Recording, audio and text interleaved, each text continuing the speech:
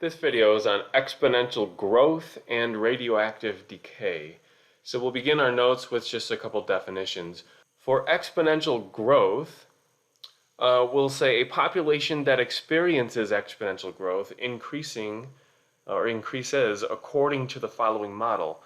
N of t equals n sub 0 times e to the rt. Now, the definition of each of these pieces is as follows. N of t is the population at time t. N sub 0 is the initial size of the population. R is the relative rate of growth, expressed, of course, typically as a decimal. And then t is time. Now, let's also recognize that this actually is a familiar looking setup. If you just kind of observe the structure of this exponential growth formula, doesn't it kind of remind you of another formula we know that looks like A equals P times e to the RT? When we did exponential growth of continuously compounding interest, that actually is the exact same formula. We're just swapping out some different letters. So instead of A, we have N of t. Instead of P, we have N sub 0. And RT are still the rate and time. So really, this is just a familiar looking formula to us, and I think that will help when we try to apply it. We're also going to consider radioactive decay. And in this case, again, the formula, it can be written with different letters, but really it's the same thing. You'll notice this time it's m of t equals m sub 0 times e to the negative rt. So, okay, since it's decay, we have this extra negative sign. Otherwise, it's the exact same structure as the exponential growth model we have above. We're going to be focused more on applying this decay model than we are about being concerned with relative decay rates, so we won't spend much time with that particular application of it for our purpose. Let's consider an example which says a certain species of mice was introduced in a country 20 years ago. Scientists observe that the population doubles every 6 years. And now the population is estimated to be 10,000. Approximately, what was the initial size of the mouse population? All right, well, the context I don't think is too hard to understand that this is a growth scenario. These mice, the number of mice is growing. So we're going to use our growth formula, which we said was N of t equals n sub 0 times e to the rt. And we'll want to start by plugging in the given information. So notice it says a certain species of mice was introduced 20 years ago. That sounds like an important amount of time. And the scientists observe that the population doubles every 6 years. Okay, so let's look at our model here and see if we can interpret what that means for it. Remember, n sub 0, that's the initial population. We don't know what that is, at least yet, right? That's our goal, is to find the initial size. So we don't know what it is, but if the population was estimated to double every 6 years, then we could assume that at some point we had twice as much.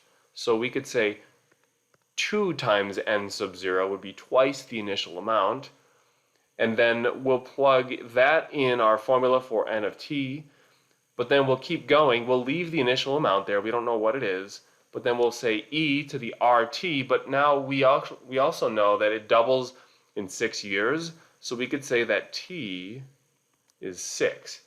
What we don't know yet is the value of r, which is this growth rate. Okay, but with a little bit of algebra, and thanks to our logarithms, we should be able to solve for it and then reuse it to finish off this problem. Algebraically, you'll notice we have a common factor on both sides, this n sub 0. So if we go ahead and divide both sides by n sub 0, I think we can assume n sub 0 is not 0. The population started with more than 0 mice, which means we're not dividing by 0 here. That would cancel the n sub 0's on both sides and simplify our equation to be 2 equals e to the 6r. If I just rearrange there so it looks a little prettier, we have e to the 6r.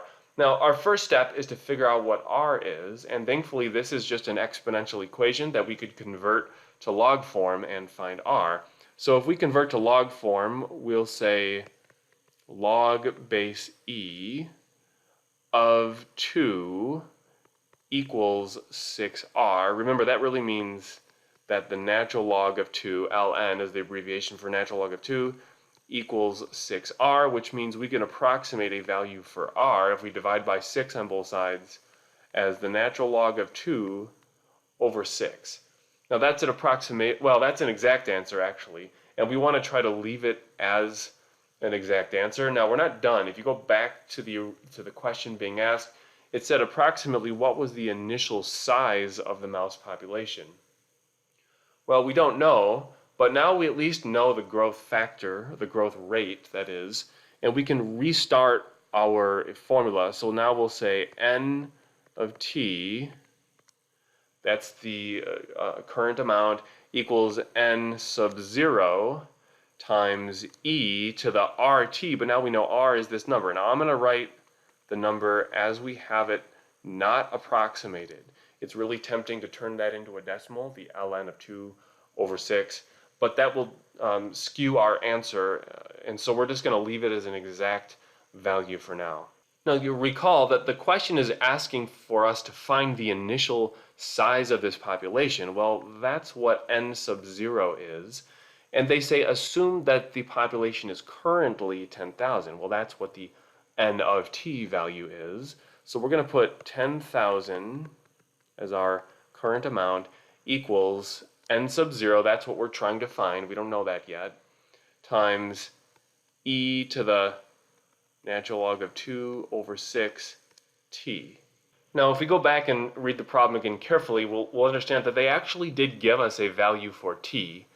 As you go back and read, you'll know that they introduced a population, it said 20 years ago. So instead of t, we're actually going to write 20, which was given in the problem. Our whole point is to find n sub 0, but now this e to the big ugly power we see here is really just a number, a real number. So if we divide by it, we're dividing by e to the power of, now let's reduce this a little bit, 20 over 6 would really be 10 over 3. So really it's 10 ln of 2 over 3, that's the power of e. And we're dividing by that on both sides, so e to the 10 ln of 2 over 3.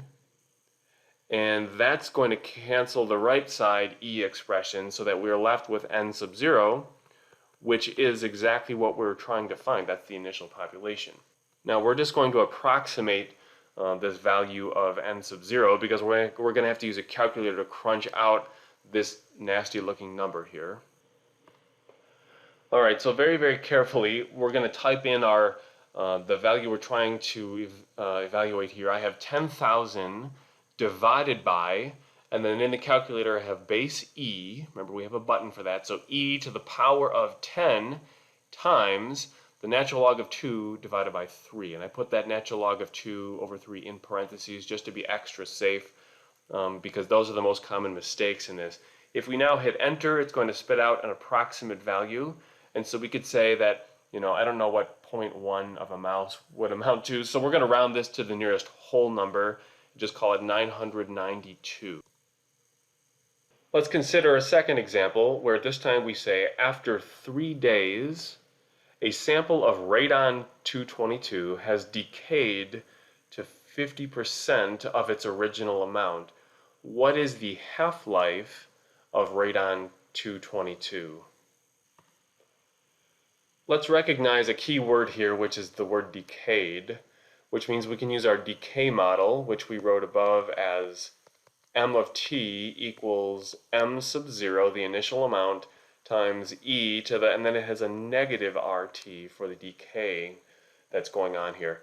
So let's plug in what we have here. It says after 3 days, that sounds like a time, right? A sample of radon-222 has decayed to 58% of its original. Okay, 58% of its original would mean 0.58 times m sub 0. M sub 0 is the original, 58% of it would be 0.58 times it. So we know that 0.58 times the original amount is going to equal the original amount times e to the negative RT, but now they say t is 3 days. So we'll just put in 3 for days.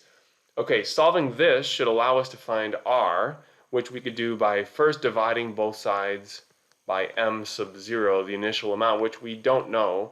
So that would mean we have 0.58 equals e to the negative 3r. But this is a case where we could solve using a logarithm. And so we'll say log base e of 0.58 equals negative 3r. That's just converting from exponential form to log form.